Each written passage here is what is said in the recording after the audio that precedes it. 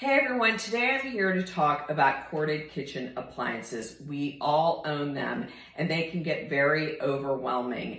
And so, of course, the first thing I'm going to tell you to do is purge. Purge the items you no longer use or need, as well as that rice cooker you bought 6 years ago that you have not used. It's time to let it go.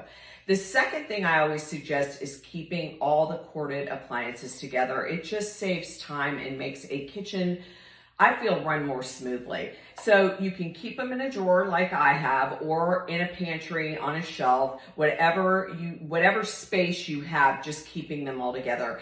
And the last thing I like to use are these. I don't know if you could see the little hooks. This is from iDesign.